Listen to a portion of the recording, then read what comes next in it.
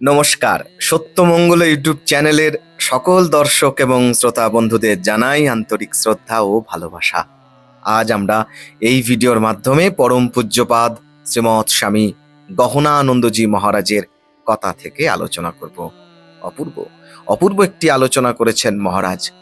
মহারাজ বলছেন, মন শুদ্ধই আছে, যেমন কোনো নোটবুক বা অভ্যাস পুস্তকের ফাঁকা পৃষ্ঠার মতো, যতক্ষণ ওটার ওপর ভুল বা শুদ্ধ কিছু না লিখে ফেলছ, তেমনি তোমার মনে ভুল বা শুদ্ধ অর্থাৎ খারাপ ভালো ভাবনা আসতে থাকে।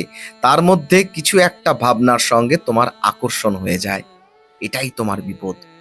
কিন্তু আকর্ষণ হওয়ার আগে মনই তোমাকে শতবার বারণ করে, সাবধান করে। তুমি মনের কথায় কান দাও না। শ্রী শ্রী ঠাকুর বলেছেন যে, কোনো এক প্রদীপের আলোতে কোনো এক ব্যক্তি ধর্মগ্রন্থ পাঠ করতে পারে এবং দ্বিতীয় ব্যক্তি জাল নোটের ব্যবসা করতে পারে। তেমনি সংসারে দু ধরনের লোক আছে। এক তো শ্রী ভগবানের স্মরণে থেকে ধর্মের অনুসরণ করে জীবন অতিবাহিত করে এবং দ্বিতীয় ধর্মের রীতিনীতি অবমাননা করে জীবন অতিবাহিত করে। কিন্তু দুঃখের অভাব দুজনের জীবনেই হয় না। দুঃখ দুজনেরই জীবনে বিদ্যমান। দুঃখই আমাদের ধর্ম এবং শ্রী ভগবানের শ্রী চরণের দিকে নিয়ে যায়। ভগবতী সীতা, কুন্তী, দ্রৌপদী, শ্রী শ্রী মা শারদা, বিদুর, দুর্যোধন এবং পাণ্ডবদের জীবনের দুঃখের দিকে যদি নজর দাও, তবে দেখবে যে দুঃখ সহন করাই শ্রী শ্রী ভগবানকে লাভ করা। স্বামী বিবেকানন্দের জীবনের দুঃখের অভিজ্ঞতাকে দেখো, কিন্তু তিনি সেই দুঃখকে গুরুত্ব না দিয়ে শ্রী শ্রী ঠাকুরের সেবা করতে কখনো বিমুখ হননি। দুঃখ ও দারিদ্র নিয়ে এত চিন্তা করো না। দুঃখ তো আমাদের জীবনের সঙ্গী। নিজের মন প্রাণ ইষ্ট দেবতার চরণে সমর্পণ করো। সংসারের ঝামেলার মধ্যেও ওনার উপস্থিতিকে অনুভব করো। প্রার্থনাপূর্ণ জীবন অতিবাহিত করো। তিনি আমাদের হৃদয়ে সদাই বিরাজমান আছেন। নিশ্চিন্ত থাকো। শ্রী শ্রী ঠাকুর তোমার পরীক্ষা নিচ্ছেন।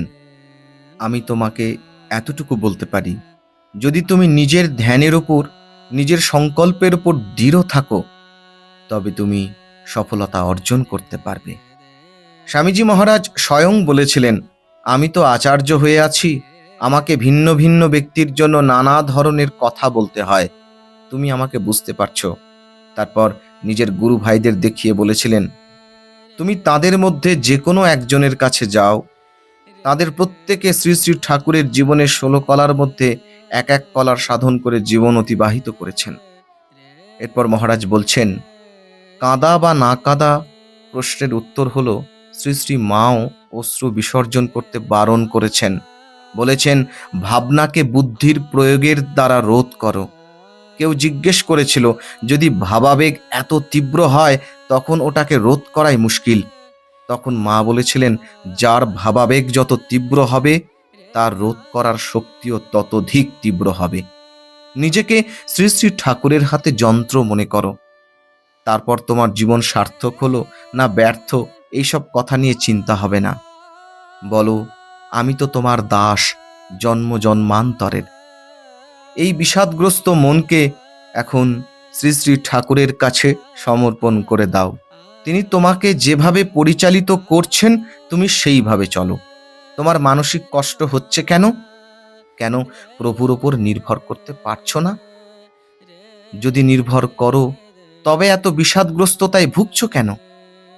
শ্রী শ্রী ঠাকুর তোমার হৃদয়ে বসে তোমাকে পরিচালিত করছেন, তাই বরাবর তুমি শান্তি পাচ্ছ, কিন্তু তুমি তা অনুভব করতে পারছো না। এখন তো নিশ্চয়ই কিছু কিছু অনুভব করতে পারছো, পরবর্তীকালে আরো ভালোভাবে অনুভব করতে পারবে। কোনো এক ঘুমন্ত শিশুকে তার মা বাবা এক জায়গা থেকে অন্য জায়গায় নিয়ে যায়, বা শ্রী শ্রী ঠাকুরের ভাষায় বললে, যেমন এক বিড়াল নিজের বাচ্চাকে দাঁত দিয়ে কামড়ে এক জায়গা থেকে অন্য জায়গায় নিয়ে যায়। এই কথাগুলোকে বুঝতে চেষ্টা করো। ওনাকে প্রার্থনা করো, কথা বলো, ওনার আদেশ উপদেশ শোনো, ওনার পরামর্শ নিয়ে করো। ভুল কাজ করলেও ওনাকে বলো, ঘাবড়ানোর কোনো প্রয়োজন নেই। তাও আমরা ঘাবড়ে যাই। এটাকেই মায়া বলা হয়। শ্রী শ্রী মা নিজেই বলতেন তিনি মায়াধীশ্বরী এবং শ্রী শ্রী ঠাকুর মায়াধীশ। একদম নিশ্চিন্ত হয়ে যাও।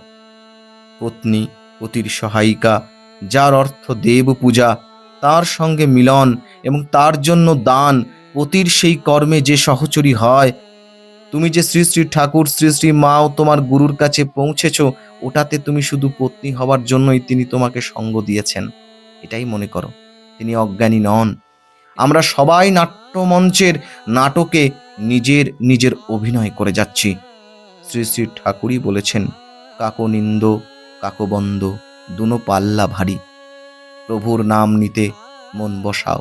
যেমন ছোট বাচ্চা যখন অ আ ইত্যাদি শিখতে এবং তারপর সে পুরো মন দিয়ে অক্ষরগুলো লিখতে শুরু করে, কিছুদিনের মধ্যে সে অনায়াসে পড়া ও লেখা দুটোই করতে পারে। ঠিক এইভাবে প্রভুর নাম নিতে পুরো মন বসাও। ওনার সঙ্গে যদি একবার মনের যোগাযোগ হয় তো পুরো সংসারই ছুটে যাবে। পাণ্ডবদের মা কুন্তির মতো, হে প্রভু, যতই কষ্ট হোক দুঃখ হোক আমি যেন না ঘাবড়াই, শুধু তুমি আমার সঙ্গে থাকো। দেখো, প্রভু তো তোমার সঙ্গেই আছেন, সর্বক্ষণ শ্রী শ্রী মাও আছেন, আমাদের এ বিষয়ে কোনো সন্দেহ নেই। লড়াই করতে থাকো, আবার ঘরে ফিরে প্রভু মায়ের কাছে কাঁদতে থাকো। তোমার মনের সমস্যাটির নাম বৈরাগ্য, এবং যেখানে বৈরাগ্য হয় সেখানে বুদ্ধিও থাকে। এই বৈরাগ্যই তোমাকে প্রতিক্ষণ প্রভুর নিকট থেকে নিকটতর করে তুলবে, তুমি বুঝতেও পারবে না। এমনটাই অপূর্ব অপূর্ব একটি আলোচনা করেছেন স্বামী গহনানন্দজি মহারাজ। মহারাজের রাতুল চরণে আভূমি লুণ্ঠিত প্রণাম জানাই। সকলে খুব ভালো থাকুন, সুস্থ থাকুন, আনন্দে থাকুন। আজকের আলোচনা এইটুকুই। আশা করছি আজকের এই আলোচনা আপনাদের খুব ভালো লেগেছে। আর সত্যিই যদি ভালো লেগে থাকে তাহলে প্রতিদিনের মতো ভিডিওটিতে একটি লাইক, শেয়ার, কমেন্ট ও চ্যানেলে যারা নতুন এসেছেন তারা চ্যানেলটিকে সাবস্ক্রাইব করে সত্যমঙ্গল ইউটিউব চ্যানেলের পাশে থাকবেন। ধন্যবাদ।